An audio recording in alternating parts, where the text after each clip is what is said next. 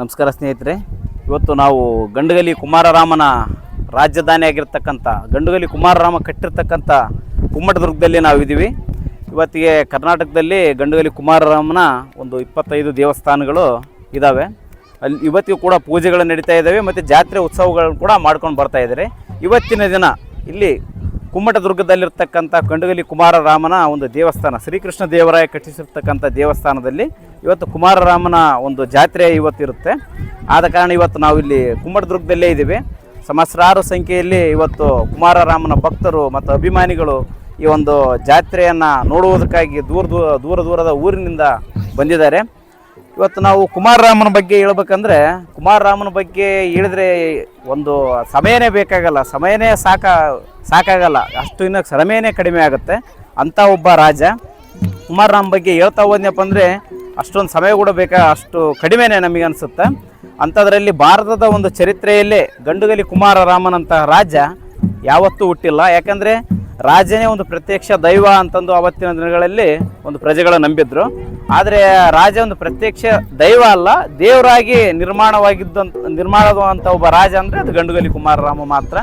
ಎಂಥ ರಾಜ ಮಹಾರಾಜರು, ಅಶೋಕ ಚಕ್ರವರ್ತಿ ಆಗಿರ್ಬೋದು, ಛತ್ರಪತಿ ಶಿವಾಜಿ ಆಗಿರ್ಬೋದು, ಅಂಥ ಒಂದು ದೊಡ್ಡ ದೊಡ್ಡ ಮಹಾರಾಜರಿಗೆ ಸಿಗಲಾರದಂಥ ಒಂದು ಗೌರವ ಗಂಡುಗಲಿ ಕುಮಾರರಾಮನಿಗೆ ಸಿಕ್ಕಿದೆ.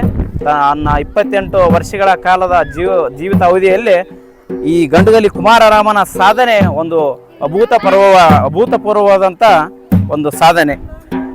ಒಂದು ಹೇಳ್ಬೇಕಂತಂದರೆ ಗಂಡುಗಲಿ ಕುಮಾರರಾಮ ಮತ್ತು ಕಂಪಿಲರಾಯ ಈ ಒಂದು ಕಂಪಿಲಿರಾಯನ ಮಗನಾಗಿರ್ತಕ್ಕಂಥ ಗಂಡುಗಲಿ ಕುಮಾರರಾಮ ಮತ್ತು ಕಂಪಿಲಿರಾಯ ಅವನ ತಂದೆ ಎಂಥ ಒಂದು ಭದ್ರವಾದ ಅಡಿಪಾಯವನ್ನು ಯಾವ್ಯಾವ ಸಾಮ್ರಾಜ್ಯಕ್ಕೆ ಹಾಕಿಕೊಟ್ರಂತಂದು ನಾವು ನೋಡ್ತಾ ಹೋದರೆ, ಯಾಕಂದರೆ ನಮಗೆ ಪಾಠ್ಯ ಪುಸ್ತಕಗಳಲ್ಲಿ ಇತಿಹಾಸಕಾರರು ಏನು ಈ ಒಂದು ಪ್ರಕಟಿಸಿಲ್ಲ. ಇದೇ ನಮ್ಮ ದೌರ್ಭಾಗ್ಯ ಅನ್ನಿಸುತ್ತೆ. ಹಂಗಾಗಿ ನಾವು ಇಲ್ಲಿ ಒಂದು ಜನರ ಮುಖಾಂತರ, ಆಮೇಲೆ ಇಲ್ಲಿ ಸಿಕ್ಕಿರ್ತಕ್ಕಂಥ ಶಾಸನಗಳ ಮುಖಾಂತರ, ವೀರಗಲ್ಲುಗಳ ಮುಖಾಂತರ ನಾವು ಗಂಡುಗಲಿ ಕುಮಾರರಾಮನ ಇತಿಹಾಸವನ್ನು ಮತ್ತು ತಿಳ್ಕೊಬೇಕಾಗತ್ತೆ. ಆದರೂ ಎಷ್ಟೋ ಬುಕ್ಸ್ಗಳು ಕೂಡ ಕುಮಾರರಾಮನ ಬಗ್ಗೆ ಬರೆದಷ್ಟು ಯಾವ ವ್ಯಕ್ತಿಗಳು ಬಗ್ಗೆ ಬರೆದಿಲ್ಲ. ಈ ಒಂದು ಚಿತ್ರದುರ್ಗ ಸಂಸ್ಥಾನವನ್ನು ನೋಡ್ತೀವಿ ನಾವು, ಇವತ್ತು ವಿಜಯನಗರ ಸಂಸ್ಥಾನವನ್ನು ನೋಡ್ತೀವಿ. ಈ ಒಂದು ಸಾಮ್ರಾಜ್ಯಗಳನ್ನು ಉದಯ ಆಗೋಕ್ಕೆ ಕಾರಣವೇ ಒಂದು ಕಂಪಿಲರಾಯ ಮತ್ತು ಗಂಡುಗಲಿ ಕುಮಾರರಾಮ. ಯಾಕಂದರೆ ಚಿತ್ರದುರ್ಗ ಸಂಸ್ಥಾನದ ಚಿತ್ರನಾಯಕ ಮತ್ತು ವಿಜಯನಗರ ಸಾಮ್ರಾಜ್ಯದ ಸ್ಥಾಪನೆ ಮಾಡಿರ್ತಕ್ಕಂಥ ಅಕ್ಕಬುಕ್ಕರ ಒಬ್ಬ ತಂದೆ, ಮತ್ತು ಚಿತ್ರದುರ್ಗ ಸಂಸ್ಥಾನವನ್ನು ಸ್ಥಾಪನೆ ಮಾಡಿರ್ತಕ್ಕಂಥ ಚಿತ್ರನಾಯಕ, ಇವರಿಬ್ಬರು ಕಂಪಿಲಿರಾಯನ ಅಳಿಯಂದರು, ಕಂಪಿಲಿರಾಯನ ಹೆಣ್ಣು ಮಕ್ಕಳ ಒಂದು ಗಂಡಂದಿರು, ಅಂದರೆ ಕಂಪಿಲಿರಾಯನ ಅಳಿಯಂದರು. ಅಂದರೆ ಈ ಚಿತ್ರನಾಯಕನ ಆಗಿರ್ಬೋದು, ಆಮೇಲೆ ಈ ವಿಜಯನಗರ ಸಾಮ್ರಾಜ್ಯ ಸ್ಥಾಪನೆ ಮಾಡಿರ್ತಕ್ಕಂಥ ಅಕ್ಕಬುಕ್ಕರಿಗೆ ಒಂದು ಎಲ್ಲ ಶಸ್ತ್ರ ವಿದ್ಯೆಗಳನ್ನು ಎಲ್ಲ ಕಲಿಸಿಕೊಟ್ಟಂಥ ಒಂದು ಗುರು ಅನ್ನಪ್ಪ ಅಂದರೆ ಅದು ಗಂಡುಗಲಿ ಕುಮಾರರಾಮ. ಒಂದು ಮಾವನ ಮಾರ್ಗದರ್ಶನದಲ್ಲಿ ಮುಂದೆ ಕುಮ್ಮಟದುರ್ಗ ಪತನವಾದಾಗ ಕುಮಾರರಾಮನ ಜೊತೆಗೂಡಿ ಅಕ್ಕಬುಕ್ಕರು ಎಷ್ಟೋ ಯುದ್ಧಗಳನ್ನು ಮಾಡಿದರು. ಅದರ ಮುಖಾಂತರ ಅವರಿಗೆ ಅನುಭವವಿತ್ತು.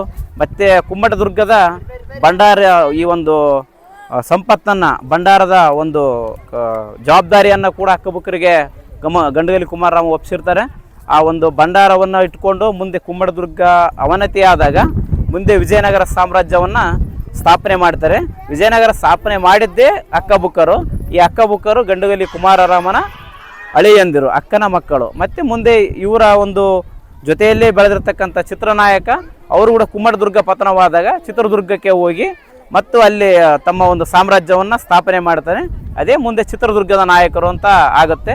ಅಂದರೆ ಒಂದು ವಿಜಯನಗರ ಸಾಮ್ರಾಜ್ಯ ಮತ್ತು ಚಿತ್ರದುರ್ಗ ಸಂಸ್ಥಾನಕ್ಕೆ ಇವೆರಡಕ್ಕೆ ಒಂದು ದೊಡ್ಡ ಆಲದ ಮರ ಈ ಒಂದು ಕುಮ್ಮಟದುರ್ಗ. ಅಂದರೆ ಈ ಒಂದು ಎರಡು ಬಲಿಷ್ಠ ಸಾಮ್ರಾಜ್ಯ ನಿರ್ಮಾಣ ಆಗಿದ್ದೇ ಈ ಕುಮ್ಮಟದುರ್ಗದಿಂದ. ಭಾಳ ಹೆಮ್ಮೆ ಆಗುತ್ತೆ. ಇಂಥ ಒಂದು ಬಲಿಷ್ಠ ಸಾಮ್ರಾಜ್ಯವನ್ನು ಅಡಿಗಲ್ಲು ಕೊಟ್ಟಂಥವರು ಮತ್ತು ಗಂಡುಗಲಿ ಕುಮಾರರಾಮ ಮತ್ತು ಕಂಪಿಲರಾಯ. ನಾವು ಯಾವತ್ತಿಗೂ ಕೂಡ ಚರಿತ್ರೆಯಲ್ಲಿ ಮರಿಲಾರತಕ್ಕಂಥ ವ್ಯಕ್ತಿ ಅಂದರೆ ಅದು ಗಂಡುಗಲಿ ಕುಮಾರರಾಮ.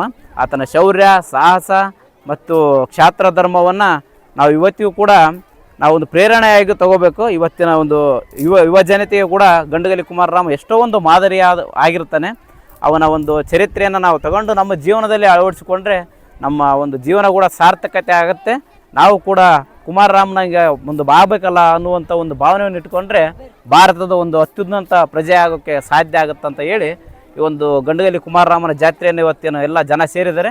ಅದ್ಧೂರಿಯಾಗಿ ಆಚರಣೆ ಕೂಡ ಮಾಡ್ತಾ ಇದ್ದಾರೆ. ಹೀಗೆ ಇನ್ನೂ ವರ್ಷದಿಂದ ವರ್ಷಕ್ಕೆ ಅದ್ಧೂರಿಯಾಗಿ ಒಂದು ಬದಲಾವಣೆ ಆಗಲಿ ಅನ್ನೋದೇ ನಮ್ಮ ಅಭಿಪ್ರಾಯ.